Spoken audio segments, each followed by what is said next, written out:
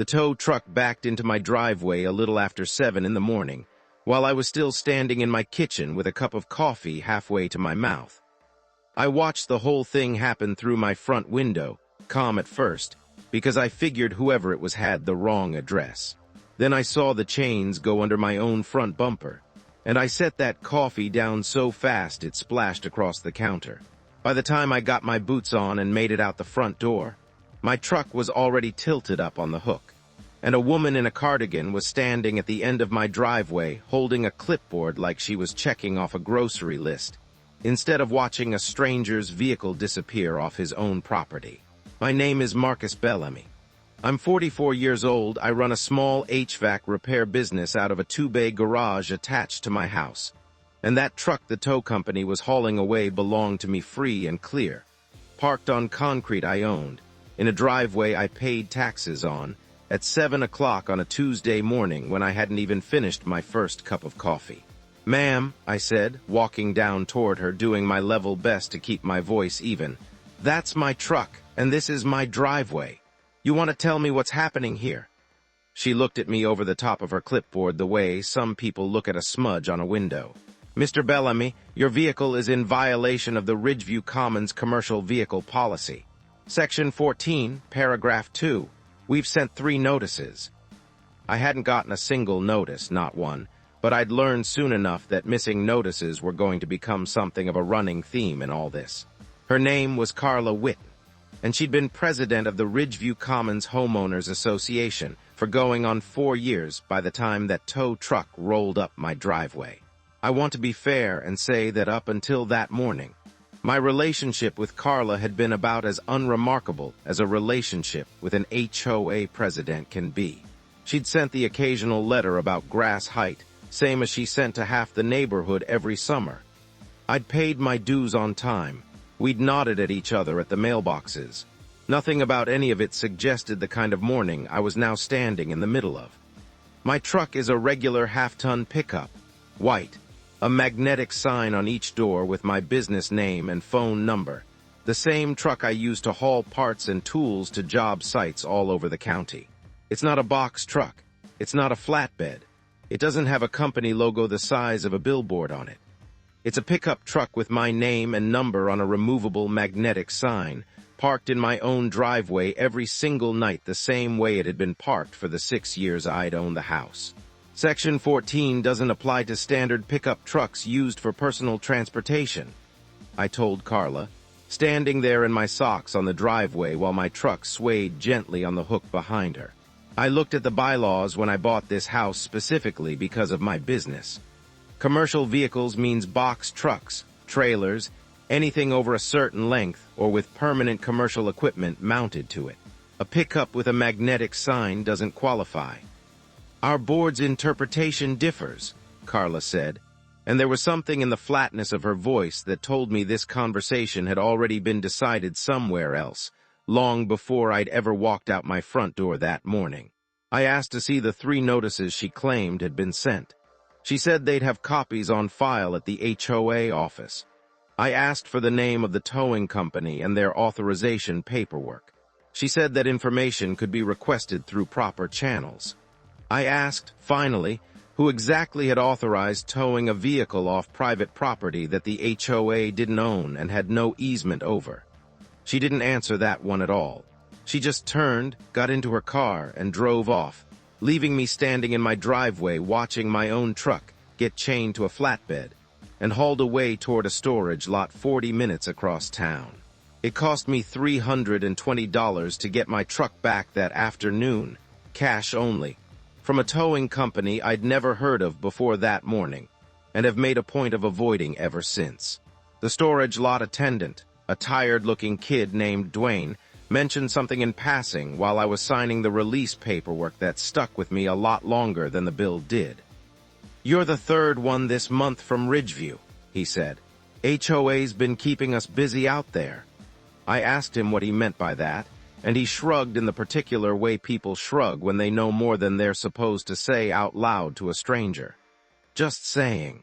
Y'all keep us busy." I drove home that afternoon with my truck and a question sitting heavy in my chest. The kind of question that doesn't let you focus on much else for the rest of the day. If I was the third tow that month, that meant this wasn't a one-time misunderstanding about my particular truck. It meant a pattern. I called Hank Ferris, who lives 2 streets over from me and runs a small landscaping outfit with a trailer he keeps parked in his own driveway most nights. Hank picked up on the second ring, and when I told him what had happened, he went quiet for a second before he answered.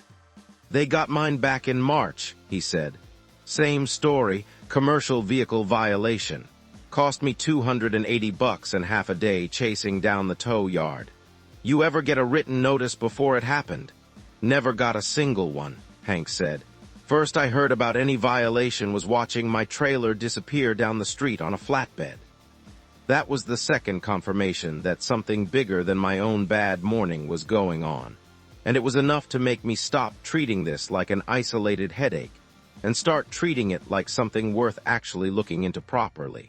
I spent that evening reading through the Ridgeview Commons bylaws for the first time since I'd bought my house, which I'll admit is longer than I should have gone without actually reading the document I'd been paying dues under for 6 years.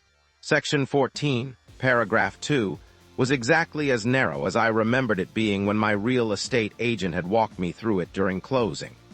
It defined commercial vehicles specifically as vehicles exceeding 1 ton gross weight, vehicles with permanently mounted equipment or signage exceeding a certain square footage, and trailers over a specified length. My half-ton pickup with a magnetic sign, the size of a dinner plate, didn't come close to meeting any of those thresholds. Neither, as far as I could tell from what Hank described, did his landscaping trailer.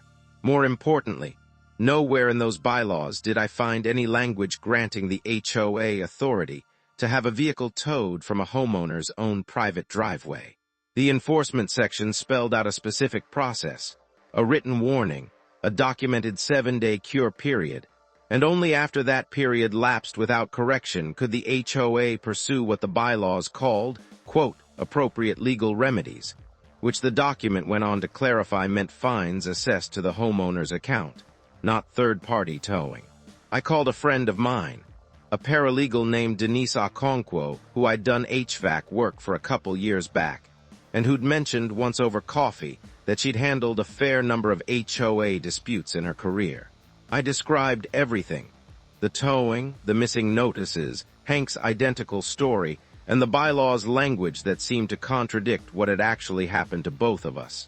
"That's not just an aggressive interpretation of the rules," Denise said. "If there's genuinely no towing authorization in the bylaws and no documented notice period was followed, what happened to you could be actionable as unlawful vehicle removal. That's a real legal category, Marcus.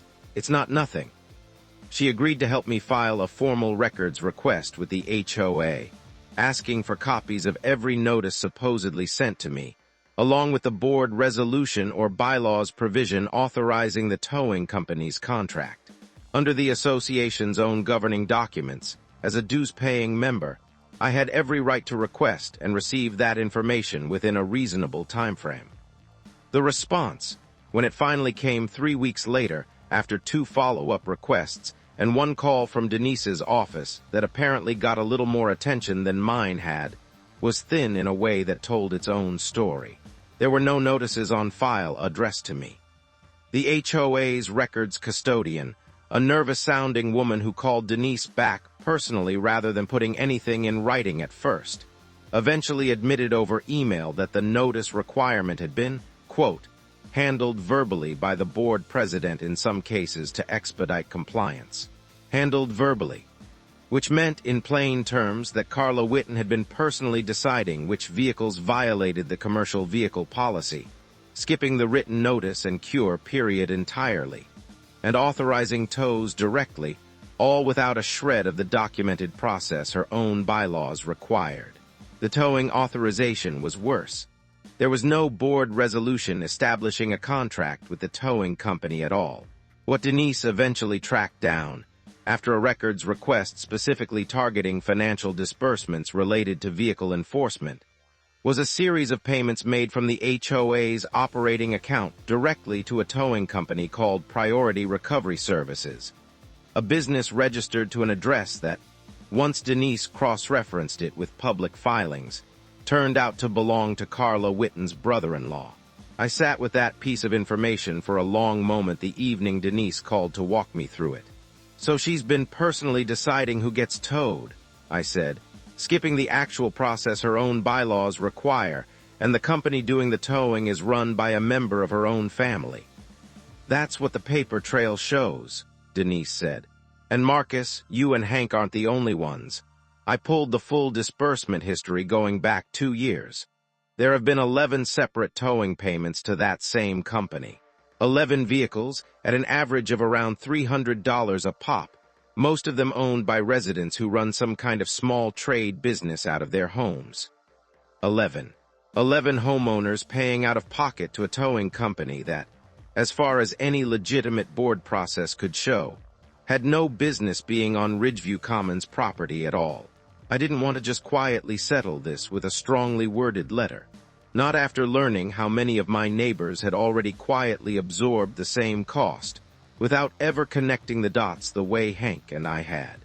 So instead, I did something a little more direct, and I'll admit it was petty in exactly the way that felt appropriate given the circumstances.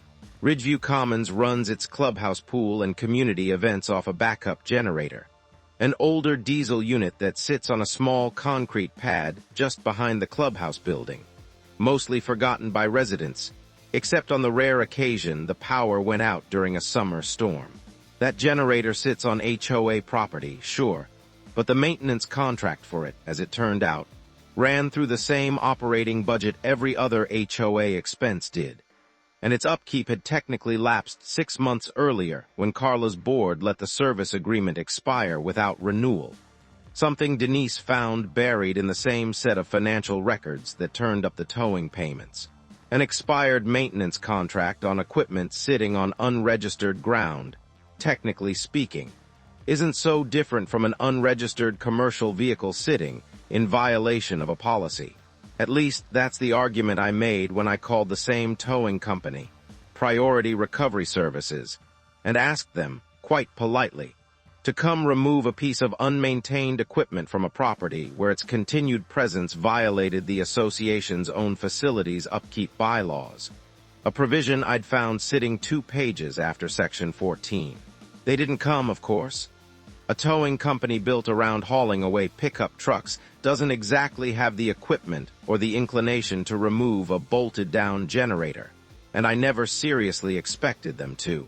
But I made the call from Carla's own clubhouse parking lot, in full view of 3 board members who happened to be there setting up for a weekend event, and I made sure to mention, loudly enough to carry, that I was reporting an association bylaws violation regarding unmaintained shared equipment, the same way the HOA had reported my truck. Word got back to Carla within the hour. It always does in a neighborhood that size. She called me herself that evening, the first time she'd spoken to me directly since the morning my truck disappeared off my own driveway. Her voice had lost most of the flatness from that first conversation. "I understand you've been asking some pointed questions about association finances," she said. "I've been asking exactly the questions your own bylaws entitle me to ask," I told her, "and so far the answers haven't been good ones." There was a long pause on the line before she spoke again. "I think it would be productive if we discussed this at the next board meeting, rather than escalating things further." I agreed to that, mostly because Denise had already advised me that a public board meeting with the financial records in hand would do a lot more good than any private conversation ever could. The meeting happened 2 weeks later, in the same clubhouse whose generator sat quietly behind the building, still unmaintained, still technically in violation of the same standard being used to justify hauling away 6 of my neighbors' work trucks.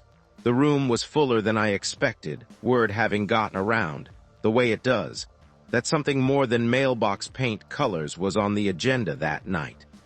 Carla opened the meeting trying to frame the towing policy as a good-faith enforcement effort that had perhaps, in her words, been applied a little inconsistently in recent months.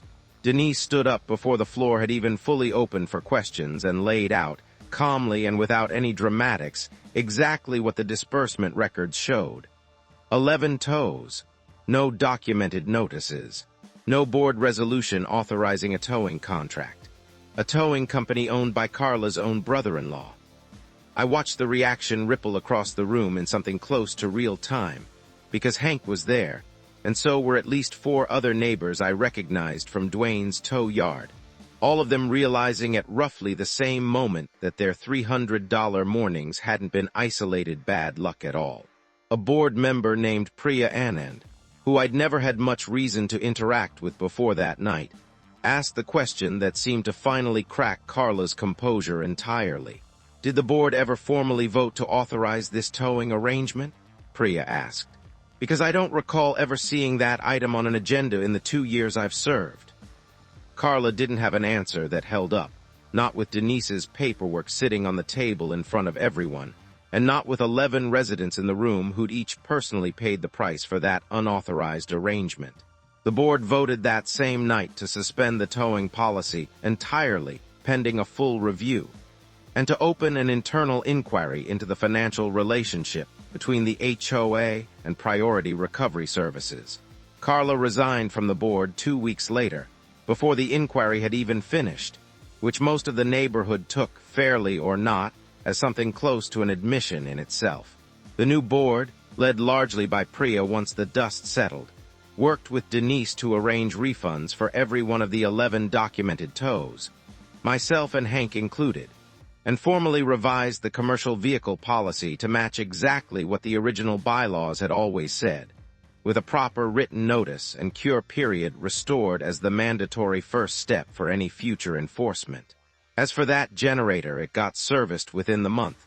The maintenance contract properly renewed under the new board's oversight, which I suppose means my one petty little phone call ended up doing at least that much good for the neighborhood, even if Priority Recovery Services never did send anyone out to actually haul it away. I still keep my truck in the same driveway every night, magnetic sign and all, and nobody's touched it since. Hank still brings up the story every time I see him at the hardware store, usually with some version of the line that's become a running joke between us. He says I'm the only man he knows who ever fought a towing company by threatening to tow their generator, and that if Carla Whitten had bothered to actually read her own bylaws even once, none of it would have ever needed to happen at all. I think that's about the truest thing anybody's said about the whole business. It was never really about a truck, or a generator, or even the money. It was about a woman who decided the rules were something other people had to follow, right up until somebody finally opened the book and read them back to her out loud.